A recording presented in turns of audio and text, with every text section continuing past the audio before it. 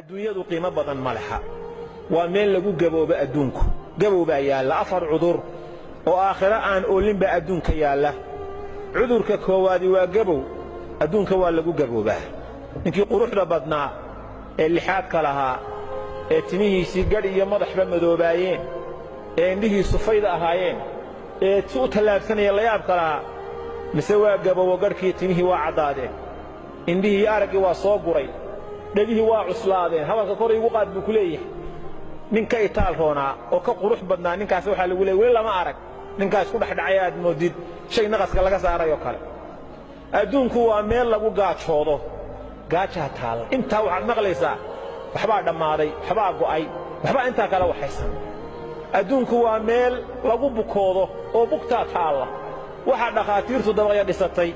jaamacado looga soo baxay kaare loo goosanaya farmasiya loo furtay waa idinka arkay bugtaa taalla adduunka geeri baa taalla noloshu inaanay rasmi ahayn garo geeri iyo gabow iyo gaajo iyo bugta meeshan taalla afartaa cuduri aakhiro laakiin lagama yaqaano qofka ilaahay jannadiisa u geliyo wadaliilu calaa daalik fii xadiidi saxiixi muslim markuu qofku jannada galo ogeysiis baa la siinayaa inna lakum an tasixuu falaa tasqamuu abadan ahlu janno waxaad leedihiin inaad caafimaad ku noolaataan weligiin xanuunsan maysaan dhakhtar lagama yaqaano lambar la goosto iyo kaadh iyo farmasiye iyo adduunka ugu dambaysa dhakhaatiirta aakhiro shaqa kuma laha adduunka waxay goosanayaan ha goostaan laakiin aakhiro ditooriya dhakhtar iyo waxaa lagama yaqaano jannada dhexdeeda inna lakum an tashibuu falaa tahramuu abadan waxaad leedihiin dhallinyaranimo inaad ku noolaataan oo idinnaan weligiin gaboobin awowgaagii tobnaad iyo adigu isku fil baa tihiin bal cajaa'ibkaa eeg bal meeshaas eeg awowgaagii tobnaad oo iminka haddii lagu abtirso hebeloo hebeloo hebeloo hebel aad leedahay awowgaagii tobnaad iyo adigu 33 jir baa tihiin isku fil baa tihiin awowgaagii tobnaad meeshan aan lisba soo gaadhaynba inna lakum an tancamuu falaa tab'asuu abadan waxaad leedihiin nimco inaad ku noolaataan weligiin dhibaato arki maysaan adduunyadu mar waa buug mar waa dayr mar waa diraac mar waa jiilaal waa iska arkaysaa intaa oo qofku wadaad maanta wax haysato beri wax ma haysatid reer iyo xaas hadduu jiro biyihii waa madheen baa lagu odhanaya waa go'an yihiin raashinkii waa dhammaaday saliiddii waa dhammaatay biilkii waa go'ay maa lahaa min nafaadin risiqa jannada yaalla wax dhammaanayaba maaha way ku aftaqaannaa jannadu markaad istidhaahdo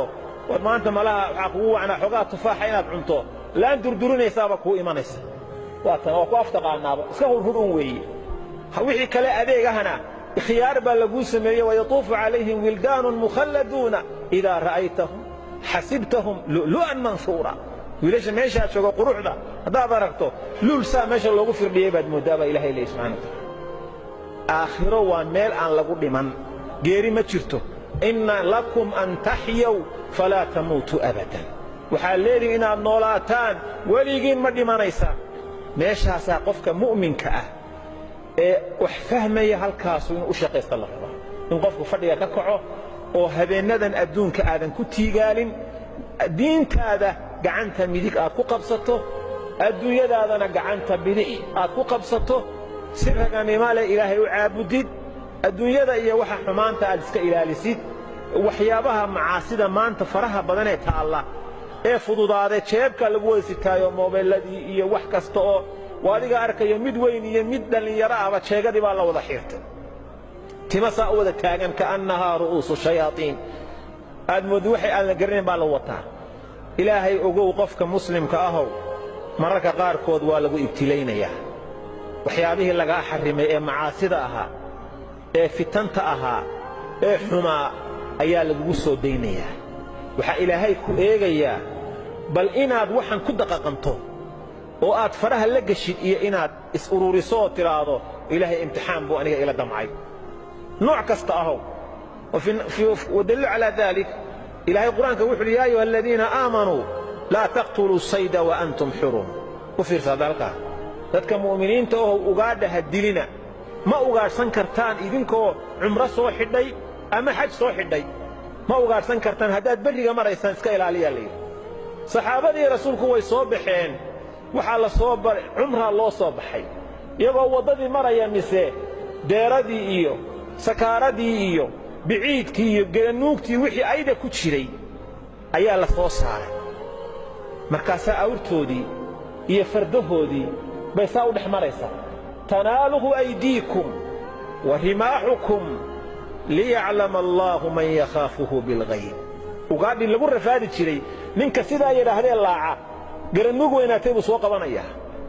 kay ka yara duugsantayna waranku sidaa u gelin karaa maxaa ilaahay saa u yeelay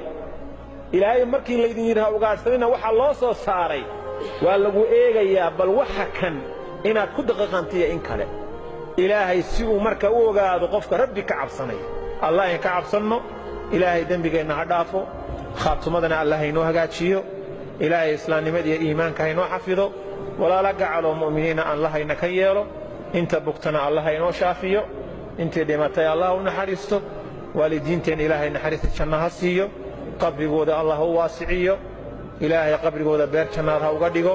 xawdka rasuulka kuwii ka cabba allah hayna ka dhigo khaatimada allah haynoo hagaajiyo